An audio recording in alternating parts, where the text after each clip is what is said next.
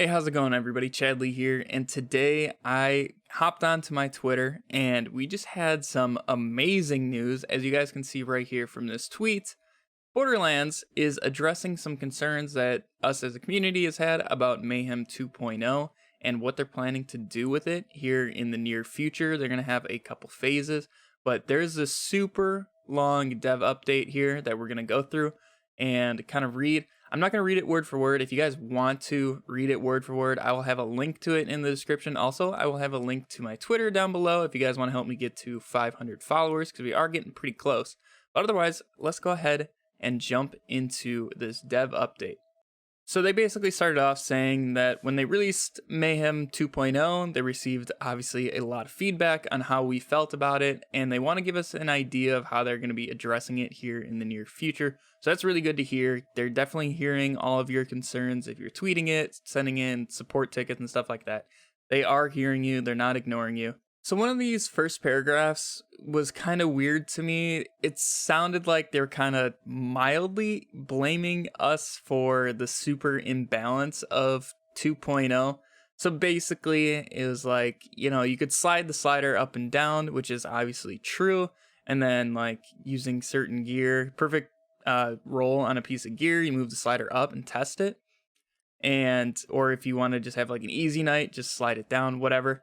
And they said, we don't expect everyone to slip into Mayhem 10 immediately. As we introduce more content, levels, and gear into the game, more people might find themselves comfortable at that level over time.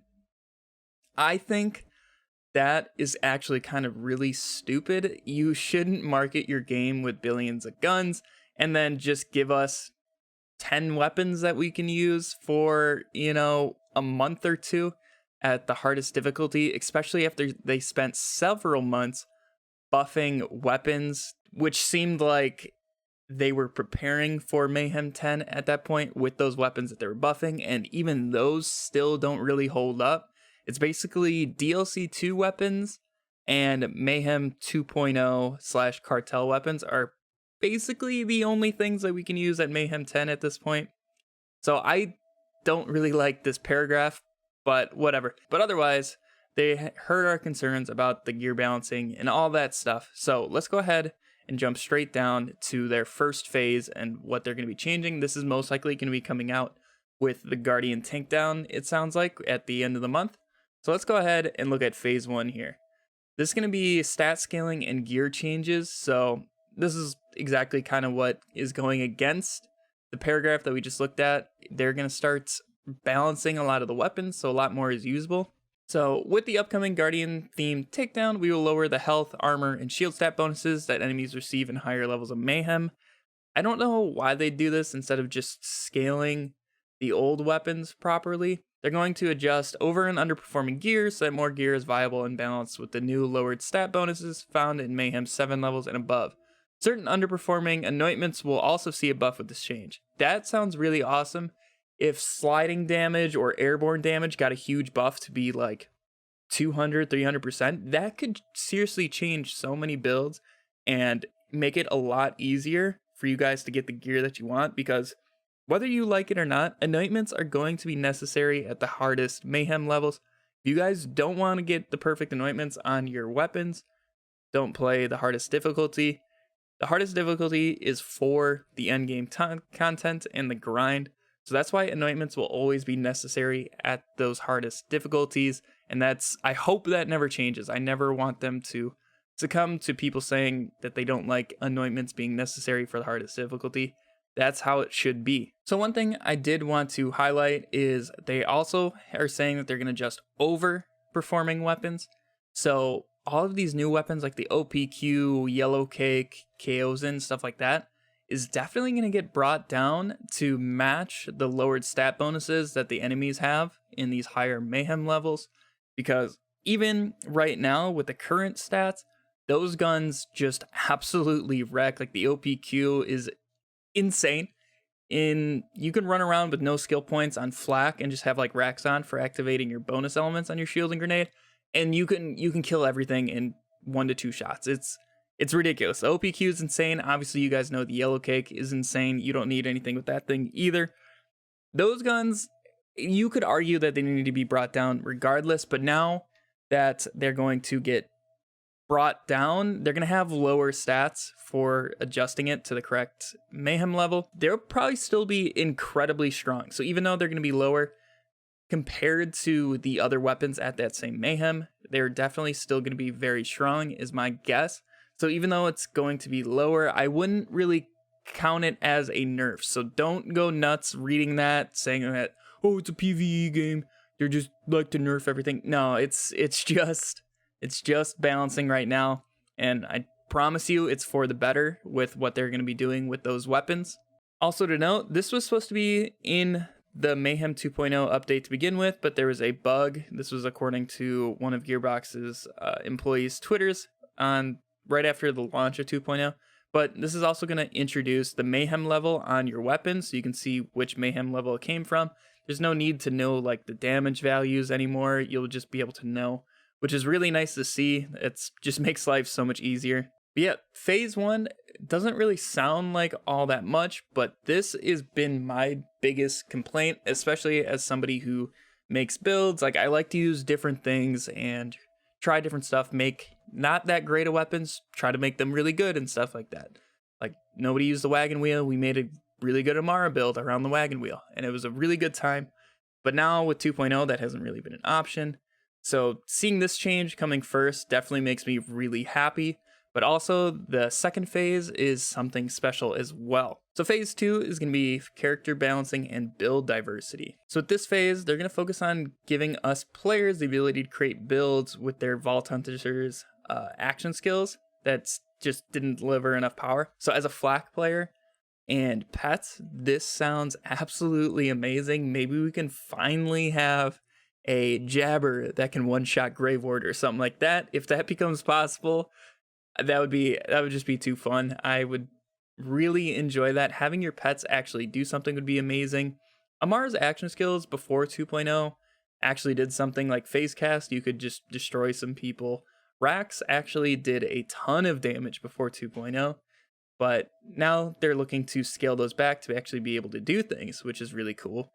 So we are now going to be able to create builds centered around those gear that's going to be coming with it or action skills. So in this phase is where they're going to be scaling like all of our action skills and stuff like that. So all the buffs that they did to Iron Bear, those will be relevant again once this scaling comes into place. And then also they specifically mentioned pets, which is really good to see. Also melee, slam, and slide damage and vehicle damage is going to be scaled as well.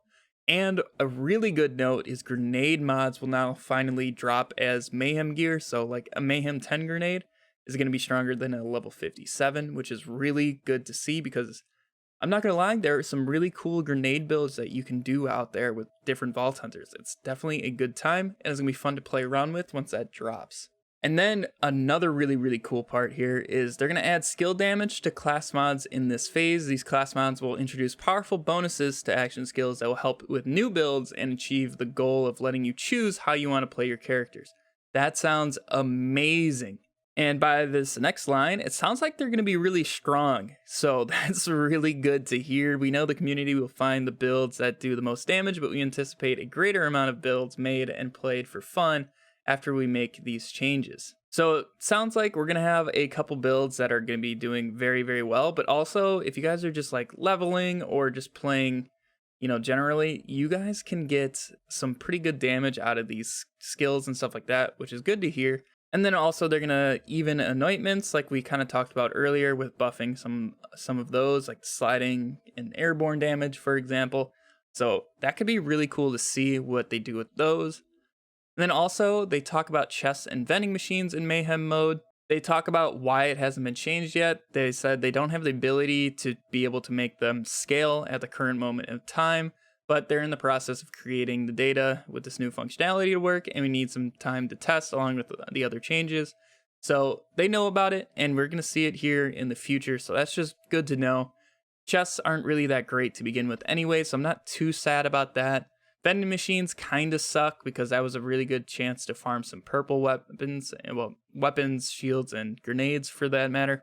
Then they're going to keep working on performance and stability, stuff like that. So maybe you console players can definitely get some good changes in that department. Also some quality of life stuff. The fight for your life that was talked about in some previous Borderlands shows, that's going to be coming in the next patch. Also, one of the last really key features in here is we're finally going to have a use for Iridium. So there's going to be a veteran rewards machine that will receive a shipment of mission-specific rewards that players can redeem once a mission ends. So if you guys need to farm a certain mission reward, like on Eden 6, there's one that drops like the finger biter shotgun, you guys will now be able to farm that, which is so amazing. It's not even funny.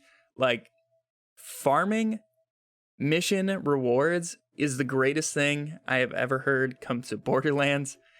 If you guys have played the older ones or have tried to farm mission specific things, you will know how much it sucked.